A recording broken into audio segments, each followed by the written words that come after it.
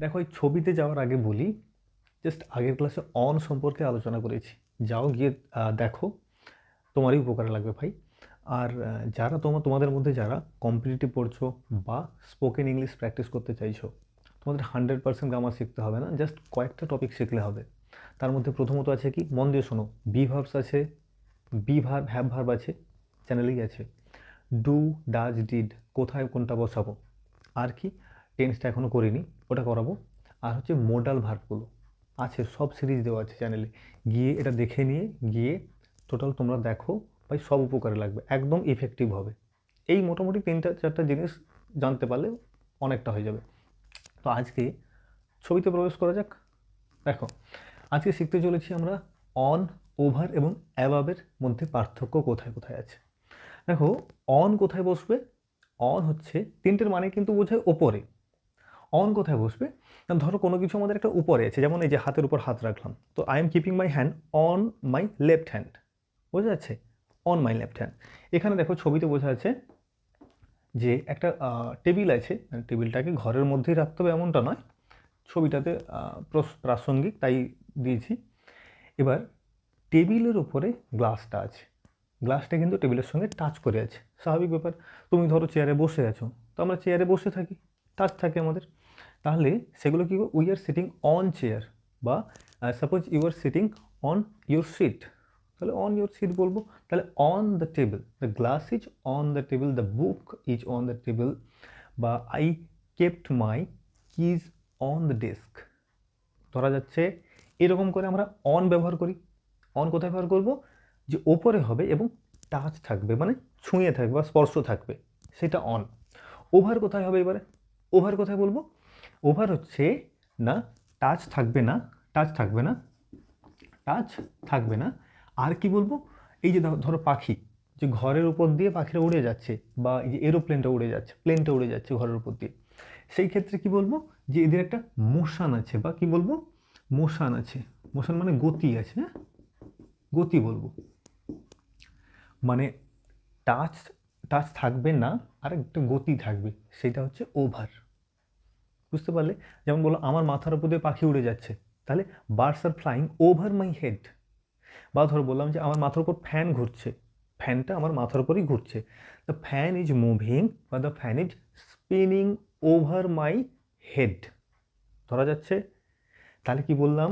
On হচ্ছে touch থাকবে, over কিন্তু টাচ থাকবে না, ও হচ্ছে জাস্ট ওপরে থাকবে, একটু উপরে থাকবে, থেকে ও মুভ করবে। বুঝতে পারছো? মানে একটা হরাইজন্টাল বা অনুভূমিকভাবে এরকম মুভ করবে।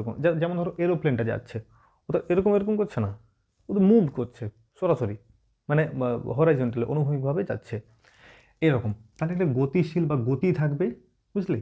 তাহলে একটা গতি থাকবে আর টাচ থাকবে না, সেগুলো ওভার করবো আমরা। হয়েছে? মানে ধরো এরোপ্লেনটা বিশাল উঁচু হয়ে গেলে তাহলে অ্যাবভ দিয়ে দেবো। মানে কি, ধরো আমার অন, তো এটাকে যদি একটা সিঁড়ির মতো করে সাজাই, এরকম হবে ব্যাপারটা। মানে এইটা হচ্ছে অন, যেটা টাচ হয়ে আছে, এইটা হচ্ছে ওভার, আর এইটা হচ্ছে অ্যাবাভ, একদম উপরে আছে এরকম সিঁড়ি। মানে ধরো প্রচুর হাইট, খুব উঁচুতে আছে, এমন সেন্সে আমরা অ্যাবাভ ইউজ করি। ধরতে পারছো? তাহলে ওভার, ওভার কি দেখলাম? যে টাচ থাকবে না, ওপরে থাকবে, ছুঁয়ে থাকবে না কোনো কিছু, জাস্ট গতিশীল থাকবে, কোনো কিছু একটা মুভ করছে এরকম কিছু একটা। হয়েছে? আচ্ছা, ওভার আরেকটা জায়গা দিই আমরা, ধরো কোনো ব্রিজে, মানে কোনো নদীর ওপর কোনো ব্রিজ আছে, এই সেন্সেও আমরা ওভার ইউজ করি প্রিপোজিশন হিসাবে। না হলে তো ওভারলোডও বলি আমরা, ওভারলোড বা ওভার রিস্ক এরকমও করি আমরা, এরকম সেটা আলাদা ব্যাপার, কিন্তু প্রিপোজিশন হিসাবে এইরকম করে হয়, ব্যবহারগুলো হয়। নেক্সট কি দেখবো? অ্যাবাব। অ্যাবাব মানে বললাম কি, যে এই যে একদম উপরে, the sky is অ্যাবাব our head, খুব উঁচুতে আছে, the sky is অ্যাবাব our head. তাহলে এইগুলো, আর আর এটা দেখো, এটা একটা স্ট্যাটিক অবস্থায়, মানে স্থির অবস্থায় থাকবে। বুঝছো? ওভার যেমন মুভ করছে, আকাশ কিন্তু মানে ওখানে যে অ্যাবাব যেটা হবে সেটা একটু স্ট্যাটিক অবস্থাতে থাকবে। এটা একটা পয়েন্ট আছে মনে রাখার মতো। আর আরেকটা জিনিস দেখো, অ্যাবাব আমরা ব্যবহার করি কি, মানে ঠিক ওপরে, খুব উঁচুতে তো ব্যবহার হয়ই হয়, তাছাড়াও ধরো ঠিক ওপরে এমন আছে, যেমন ধরো বললাম যে তোমাদের দরজাটার ওপরেই জাস্ট একটা ঘড়ি আছে, কি বলবো? The clock is just above the ডোর।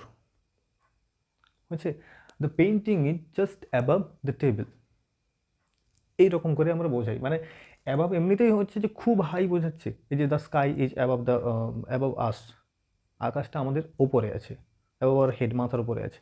আবার অ্যাবাবের আরেকটা ব্যবহার দেখলাম কি, যে ঠিক ওপরে আছে, এরকম সেন্সও অ্যাবাভ হচ্ছে। বুঝতে পারছো? আচ্ছা ধরো একটা কথা বলো তো, যে আমরা এই যে বোর্ডের উপর লিখছি, এটাও তো ওপর হচ্ছে, এটাকে কি করব? অন, ওভার, অ্যাবাভ, কোনটা? অন কিন্তু ছুঁয়ে থাকছে, লিখতে গেলে ছোঁয়া হচ্ছে তো, তাহলে অন ব্ল্যাকবোর্ড বা অন হোয়াইট বোর্ড। বুঝতে পারছো? ধরো দেওয়ালে কোনো একটা পেন্টিং আছে, দেওয়ালের ওপর কোনো একটা পেন্টিং আছে, তখন টেবিলের ওপর বলছিলাম, দরজার ওপর ঘড়ি আছে বলছিলাম, আমার দেওয়ালের ওপরই কোনো একটা পেন্টিং আছে, কি করব? অন করব কিন্তু। বুঝলে? এই ডিফারেন্সগুলো জাস্ট মনে রাখো, আর কিছু নেই এখানে। অন কি দেখলাম যে টাচ থাকবে, ওভার কি দেখলাম একটা মুভ করবে, গতি গতি থাকবে, ছুঁয়ে থাকবে না, গতি থাকবে। আর অ্যাবাভ হচ্ছে হাই হবে এবং একটা স্ট্যাটিক অবস্থাতে থাকবে, মানে স্থির হবে বেশিরভাগ ক্ষেত্রে, বেশিরভাগ ক্ষেত্রেই এরকম হয়।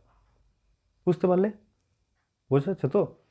আচ্ছা, তো যদি কিছু বলার থাকে, মানে কিছু কোশ্চেন থাকলে বা কিছু বলার থাকলে প্লিজ কমেন্টে এসে বলো তাহলে। হয়েছে? ক্লাসটা কেমন লাগলো জানাতে একদম ভুলবে না। আর যদি ভালো লাগে অবশ্যই সাবস্ক্রাইব করো, বন্ধুদের মধ্যেও জানিয়ে দাও। হয়েছে? তো পরের ক্লাসে দেখা হচ্ছে। আর হ্যাঁ, ওই যে বললাম যে যারা স্পোকেন ইংলিশ শিখছো বা কম্পিটিটিভ পড়ছো, তোমরা কিন্তু এই ক্লাসগুলো অবশ্যই দেখবে। তোমাদের মানে সত্যি ইফেক্টিভ হবে, তোমাদের জন্যই বলছি। যে ওই যে কী কী বললাম, যে বিভার হ্যাভার হবে, do does did, do does did কোথায় বসাই, আর হচ্ছে মোডালসের সবগুলো। আর টেন্স যখন করাবো সেই টেন্সগুলো শিখতে হবে। একদম ইজি করে করিয়ে দেবো, মানে ভুলবেই না জাস্ট। বুঝছে? চলো তাহলে পরের ক্লাসে দেখা হচ্ছে আবার অন্য একটা প্রিপোজিশনের ক্লাস নিয়ে, হয়তো সম্ভবত ইন আর অ্যাট, এই দুটো নিয়ে আলোচনা করতে পারি। বুঝছে? সঙ্গে থাকো, দেখতে থাকো।